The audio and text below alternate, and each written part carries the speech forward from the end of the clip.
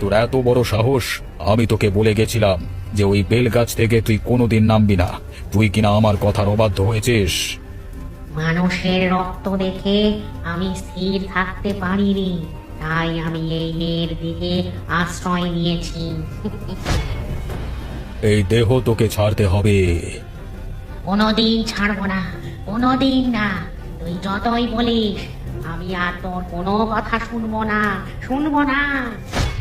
তবে রে শয়তানি, তোকে আমি এক সময় উদ্ধার করেছিলাম, তোকে আমি আশ্রয় দিয়েছিলাম, আর তুই কিনা আমার কথার অবাধ্য হচ্ছিস।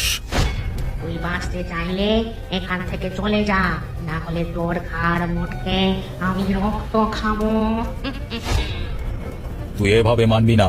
তোকে ঝাঁটা পেটা করে বিদে না করলে হবে না। নে, তবে ঝাঁটার বাড়ি খা। ছেড়ে দিন, আমাকে দয়া করে ছেড়ে দিন, আমার খুব লাগছে, আর দয়া করে ছেড়ে দিন, আমি আর কারো ক্ষতি করবো না। ভালো কথা বললে কানে নিস না, তাই না?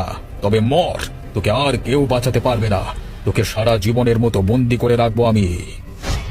আমাকে দয়া করে ছেড়ে দিন, আমি এই মুহূর্তে এই মেয়ের দেহ ছেড়ে দিচ্ছি। আমি আর কারোর কোনো ক্ষতি করবো না, দয়া করে ছেড়ে দিন। মেয়েটার লাগবে, ওকে অত জোরে মারবেন না। বাবু, আপনি দয়া করে কথা বলবেন না, উনি যা করছেন করতে দিন। আপনি দয়া করে আমাকে ছেড়ে দিন। আমি মানব শরীর পেয়ে অনেক ভুল কাজ করে ফেলেছিলাম। আমি আর কোনোদিন এরকম ভুল কাজ করবো না। তুই এই মুহূর্তে এখান থেকে চলে যা, দূর হ।